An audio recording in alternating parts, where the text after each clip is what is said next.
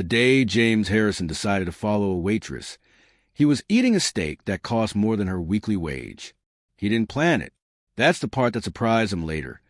That a man who planned everything, who scheduled his mornings in 15-minute blocks and never made a decision without 3 people checking it first, that a man like that could be derailed by something as small as a yellow rubber glove reaching for the go box. It was a Tuesday, 3:47 in the afternoon. James knew the time because he always knew the time. His watch told him, the one that cost $42,000, the one he wore not because he loved it, but because it told people things about him before he opened his mouth. He was sitting at Table 7 in Harlow's, his best restaurant, his crown jewel, 12 floors above the city with floor-to-ceiling windows that made you feel like you were eating inside a cloud. He was reviewing the quarterly numbers on his tablet, barely tasting the steak, when he noticed her. She moved quietly. That was the first thing. In a restaurant full of noise, clinking glasses, low jazz, the soft percussion of expensive shoes on marble floors, she moved like she was trying not to disturb the air. Her name tag said Grace. She was clearing Table 9, the corner booth where a group of businessmen had left behind a wreckage of half-eaten food. Bread rolls, barely touched. A bowl of lobster bisque, 2/3 full. A whole side of roasted vegetables that nobody had looked at twice. James watched her stack the plates with careful hands. Yellow rubber gloves, the kind you buy at a dollar store. Then she did something that made him put down his fork. She paused. She looked at the food, not hungrily, not desperately, but the way a person looks at something they're deciding whether to save or let go. Then, with the same quiet efficiency she used for everything, she packed the untouched bread rolls into a small container she pulled from her apron pocket. She packed the bisque. She packed the vegetables. Each item folded in carefully, like she was wrapping something precious. The container disappeared back into her apron, and she went on clearing the table like nothing had happened. The whole thing took 45 seconds. James sat very still. His floor manager, Derek, appeared at his elbow with a nervous smile. "Everything to your satisfaction, Mr. Harrison?" "That waitress," James said, nodding toward Grace. "How long has she worked here?" Derek followed his gaze. "Grace? About 8 months, sir. One of our best. Never late, never a complaint from customers." "Does she do that every day?" Derek hesitated. "Do what, sir?" James looked at him. "Never mind." He left a $100 tip he didn't think about, took his jacket from the coat hook, and told himself he was going back to the office. Instead, he stood at the elevator and watched the reflection of Table 9 in the polished steel doors. Grace had moved on to another table. Same quiet hands. Same careful efficiency. He pressed the lobby button. But he didn't go to the office. He sat in his car, a black Mercedes that still smelled like the showroom, and he waited. He didn't fully understand why. He was a man who trusted his instincts, who had built 7 restaurants on gut feelings and ruthless follow-through, and right now his gut was telling him to stay. So he stayed engine off, watching the restaurant service exit through his windshield. At 5:22 p.m., Grace came out. She had changed from her uniform into a coat that was clean but thin for the weather, the kind of coat that works fine in early autumn and fails you completely by November. She carried 2 bags, one on each shoulder, and she walked with the posture of a woman who was tired but refused to show it. James started the car. He followed her at a distance, telling himself this was not strained behavior, telling himself he was simply a business owner checking on an employee, telling himself a lot of things. She took the subway. He drove parallel, catching her again at the Fenwick Street exit, for blocks east. She walked fast. He drove slow. The neighborhood changed the further she walked. The glass storefronts softened into laundromats. The coffee shops disappeared. The sidewalks grew wider and emptier and quieter. James had not been to this part of the city in years. Maybe longer. She stopped at a small grocery store. He parked across the street and watched through the window. She picked up 3 items. He couldn't see what, paid with cash, and counted her change twice before putting it in her pocket. He felt something move in his chest. Something old. She walked another 6 blocks, past a chain-link fence draped in plastic bags, past a lot where a building used to stand, past a dog asleep on a stoop. James followed, The streets were narrowing, the pavement giving way to something looser, gravel and broken concrete. And then he saw it, a dirt road, cutting away from the street like a secret. Grace turned onto it without hesitating. He stopped the car. The dirt road led somewhere he couldn't see from the street, a cluster of trees or something behind them. The evening light was doing strange things, turning everything amber and gray all at once, and James sat in his $42,000 watch in his showroom-smell car and felt, for the first time in a very long time, that he was afraid. Not of Grace, of what he might find if he followed. He knew this feeling. He had spent 20 years in 7 restaurants and 1 penthouse trying to outrun it. It was the feeling of a dirt road, the feeling of thin walls and cold nights, and a mother counting change at a kitchen table, counting it twice, just like Grace had counted it in the grocery store. He sat with the engine running for 4 minutes. Then he turned off the car, got out, and followed the road on foot. He didn't go far. Not that first night. He stopped at the tree line, where the dirt road opened into a small clearing, and he could see, just barely, in the fading light, the shape of a structure. Small, patch roof, a window with light in it, warm and yellow, like something that refused to give up. He stood there long enough to feel the cold coming through his jacket, the good jacket, the one that cost more than the coat Grace was wearing, and he stood there until the light in the window moved, a shadow crossing it, and something in his chest turned over like a stone. He went back to his car. He drove home. He poured himself a drink and didn't finish it. He stood at his penthouse window and looked at the city's lights and tried to feel, as he usually did, that all of it was his, the glow, the height, the distance from everything poor and difficult and small. But all he could see was a yellow light in a patch window, and all he could hear was the sound of a woman counting change. Twice. He went back the next day, and the day after that. He told himself each time it would be the last. It never was. By the 7th day, James Harrison, empire builder, watch wearer, man without a soft corner left in him, had stopped lying to himself. He needed to know what was behind that door. On the 7th day, James got out of the car and kept walking. He didn't stop at the tree line this time. He walked past it, down the dirt road, into the clearing, and he let himself see what he'd been half seeing all week from a safe distance. In the full light of late afternoon, there was nowhere left to hide from it. The shack was small enough that you could cross it in 8 steps. The walls were wood and something else, panels of material that didn't quite match, patched together the way you patch things when you have no money and no choice and too much pride to let it fall apart. The roof had a tarp on one corner, held down by 2 bricks. There was a single window on the front, the one with the warm yellow light James had been watching all week, and beside the door, a real door, he noticed solid, with a proper lock, someone had planted a small clay pot with flour in it. The flower was doing its best. He stood in the clearing and looked at the flower for a long time. Then the door opened. Not Grace. A boy. He was 6 years old, maybe 7, small for his age, with large, serious eyes that looked at James the way children look at something unfamiliar. Not with fear exactly, but with careful measuring, the way you look at whether you're not sure about yet. He was wearing a sweater 2 sizes too big and shoes that had been cleaned recently. You could tell someone had cleaned them deliberately, with effort. The boy looked at James. James looked at the boy. "Are you lost?" the boy asked. His voice was matter-of-fact. Not rude, not scared. Just practical. Like losing your way was a thing that happened, and there was no point making it dramatic. James opened his mouth, closed it, tried again. "I know. I was just walking." The boy considered this. "People don't usually walk here," he said. "I know. Mama says it's okay, though. She says this place is ours even if it doesn't look like much." Something happened to James's face. He couldn't control it, and he didn't try. "Your mama sounds smart," he said. The boy nodded, very seriously. "She's the smartest person I know. She knows how to make soup out of almost anything." He paused.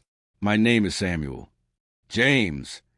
Samuel looked at him another moment, then looked past him at the tree line.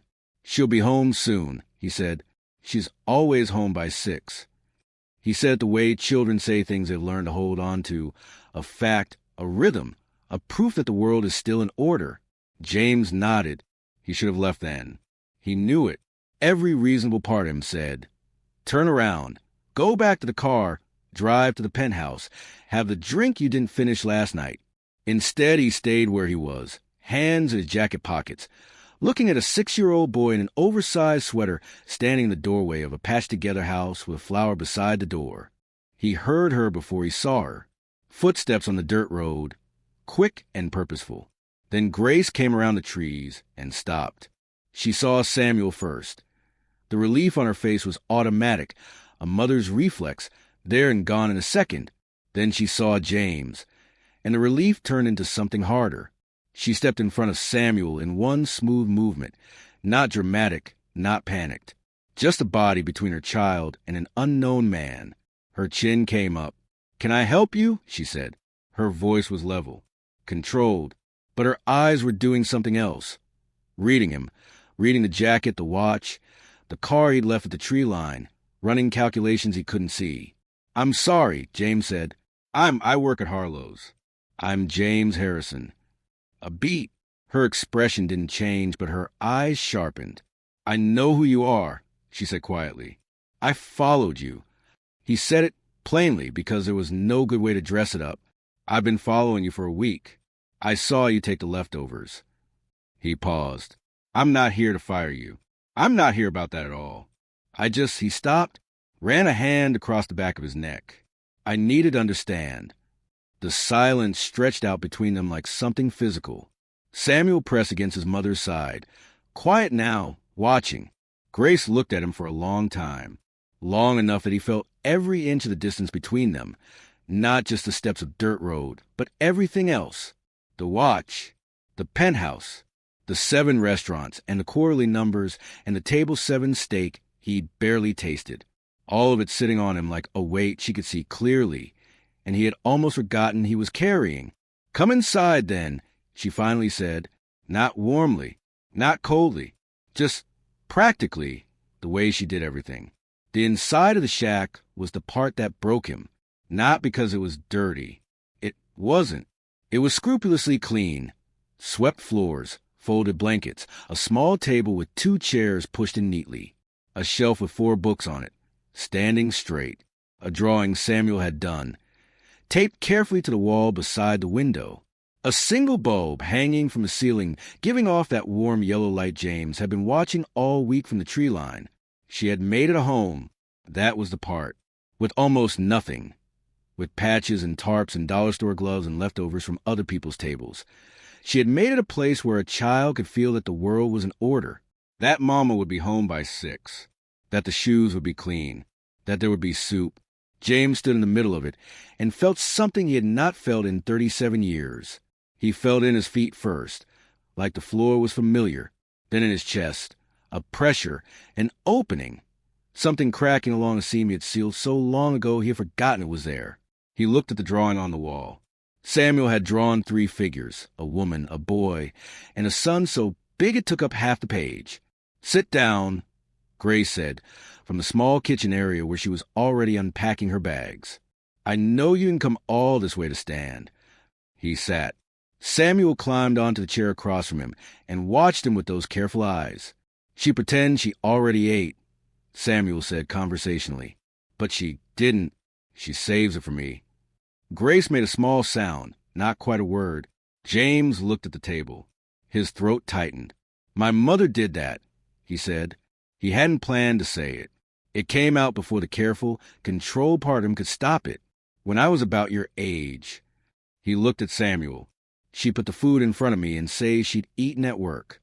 I believed her for 2 years. He paused. "I didn't eat at work. We couldn't afford to eat at work." The kitchen went quiet. Grace had her back to him, but her hands had stopped moving. Her name was Margaret, James said. She cleaned offices. She wore gloves, too. Yellow ones, same as yours.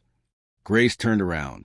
She looked at him, not with pity, not with triumph, but with the quiet recognition of one survivor meeting another. Something shifted between them. Not forgiveness. Not yet. Something earlier than that. Something that comes before. "The bisque was good," she said finally. Samuel loved it. A sound came out of James that surprised them both. Not quite a laugh. Not quite a cry. Something in between. Something 37 years old, finally getting air. Samuel looked between them, weighing this. Then he nodded, as if something had been confirmed. "Are you going to eat with us?" he asked James. James looked at the table. 2 chairs. 2 bowls Grace was already setting out. She paused, waiting for his answer, not making it easy for him, not making it hard. "If that's all right," he said. Grace set a 3rd bowl down. She didn't say anything, but the flower on the doorstep, he realized, wasn't struggling. It was just small, and it was doing fine. James did not sleep that night. He lay in his penthouse, 12 floors above the city, Egyptian cotton sheets, a mattress that cost more than Grace made in a year, and he stared at the ceiling and listened to the silence that expensive apartments are very good at producing. The kind of silence that has no children in it, no soup smell, no crayon drawings on the wall, no small voice asking practical questions about whether you are lost. He was lost. He understood that now. He had been lost for 37 years and had simply built enough floors between himself and the ground that he couldn't feel it anymore. 7 restaurants. 1 penthouse. A watch that told people things before he opened his mouth. And underneath all of it, underneath every quarterly number and every crown jewel and every table 7 steak he barely tasted, underneath everything was a boy who had believed his mother for 2 years. A boy who had eaten and not asked questions because asking questions would mean knowing the truth, and the truth was that there was nothing left. He got up at 4 a.m. and sat in the dark by the window. He thought about Margaret, his mother, the way she used to hum while she cleaned, not because she was happy exactly, but because humming was something you could do for free. The yellow gloves she hung over the sink at night, the way she'd put his plate down in front of him and say, "I already ate at work. Baby, go ahead," and how he believed her, how he'd eaten every bite, how full he'd felt, how he understood now, at 43, sitting in a penthouse with a $42,000 watch on a nightstand, that she had been hungry every single night. She said that. He had spent his whole adult life making sure he was never hungry again. He had not once stopped to check who else was. At 6 a.m. he made a call. Not to his lawyer. Not to Derek, his floor manager. He called his head of HR, a calm, no-nonsense woman named Patricia, and he said 4 words he had never said in that order before. "I need your help." He went to Harlow's at noon. Grace was on the lunch shift. He watched her from the same table 7 where this had all started, 11 days ago, and he noticed again the thing he had noticed the very first time, the way she moved like she was trying not to disturb the air. But he saw it differently now. It wasn't timidity. It wasn't smallness. It was precision. It was a woman who had learned to operate in spaces that were not built for her, and who had mastered that operation so completely that she made it look like Grace, which, he realized, was probably why the name fit. He waited until 3:47. The same time. The corner booth emptied. Different customers today. Same story. Plates of food barely touched. The city's abundance casually left behind. He watched Grace begin to clear the table. He watched her pause. He watched the yellow gloves make their careful calculation. He stood up and walked over. She heard him coming and looked up. Her expression was guarded. At work. She was different than she had been in the shack. The shack had been her territory, her rules, and she had been able to look at him plainly. Here he was the owner, and she was the employee, and they both knew it, and the weight of that sat between them like furniture. "Can we talk?" he said. "When your shift ends." She looked at him for a moment. Then she nodded once and went back to clearing the table. He sat back down at table 7 and waited. At 5:30, she came and sat across from him. She had taken off the yellow gloves. Her hands on the table were steady and still, and she looked at him with the same careful measuring look Samuel had given him in the clearing. Not afraid, not impressed, just paying attention. James had rehearsed something. A speech, almost. Structured, reasonable. The kind of thing you say when you want to appear like you have thought carefully about something instead of feeling it. He had the words ready. He opened his mouth to say them. What came out instead was, "I'm ashamed of myself." Grace blinked. Just once. "Not of you," he said quickly. "Of me." of the fact that I have 7 restaurants and I never once, not once, thought about where the food went, what happened to it. I thought about waste as a number on a spreadsheet, a cost. I didn't think about, he stopped, started again. I didn't think about Samuel. Her jaw tightened slightly at her son's name. I'm not here to make myself feel better, he said. I know how this looks. Rich man shows up at the poor woman's house, has a big feeling, wants to rescue someone so he can sleep at night. I know that story. I'm not trying to be that story. He paused. But I need to do something real, or I won't be able to live with myself. And I think I've already spent too long not being able to live with myself. Grace was quiet. Her eyes were doing that reading thing again, going through him, checking for the truth behind the words. What kind of something real? She said. He slid a piece of paper across the table. She looked at it, but didn't pick it up yet. Full-time position, he said. Front of house manager, not waitstaff. Salary, not hourly. Benefits, full medical, dental. Meals included, always for you and Samuel. The salary is there at the top. She picked up the paper. Read it. Her face didn't change, but something happened in her eyes. A flickering, quickly controlled. This is too much, she said. It's the correct market rate for position, he said. I had Patricia check it 3 times. Why? He knew she wasn't asking why the salary was right. She was asking the bigger question. The only question. Because my mother was you, he said. And I was Samuel. And someone should have done this for her, and nobody did. He looked at the table. I can't fix that. But I can't sit here and pretend I don't know what I know now. The restaurant was quiet around them. The jazz had stopped between sets. Outside the floor-to-ceiling windows, the city was doing its late afternoon thing, all golden light and long shadows, the way cities look when they are trying to appear innocent. Grace put the paper down, smoothed it once with her palm. I don't want charity, she said.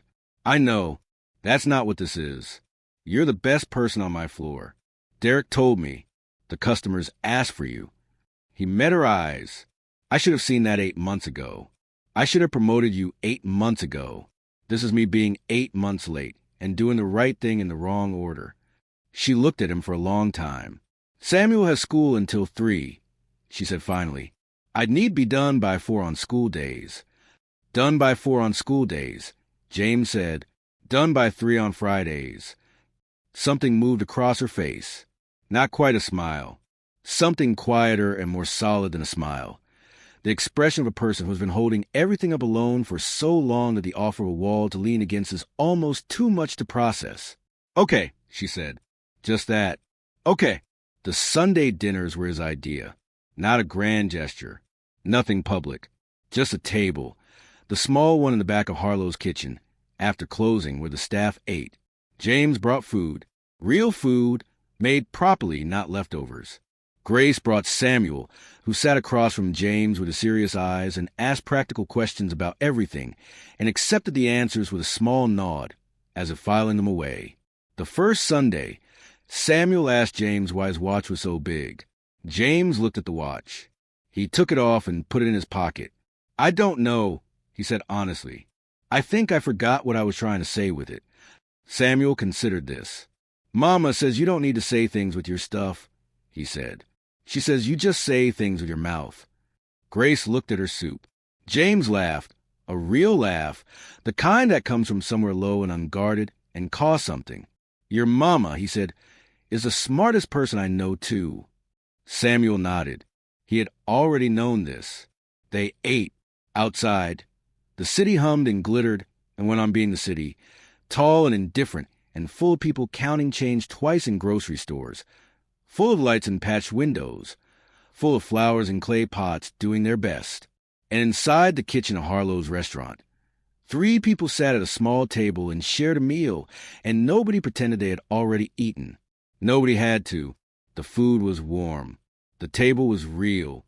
And for James Harrison, empire builder, 43 years old, a boy who had believed his mother for 2 years, it was the first meal in a very long time that tasted like something other than distance. It tasted like coming home. If this story moved you, share it with someone who needs to hear it today. And if you believe that real wealth is measured in how we treat each other, not in what we own, then like this and keep coming back. There are more stories like this one waiting for you. Because sometimes the most important thing on the table isn't the food. It's who you choose to share it with.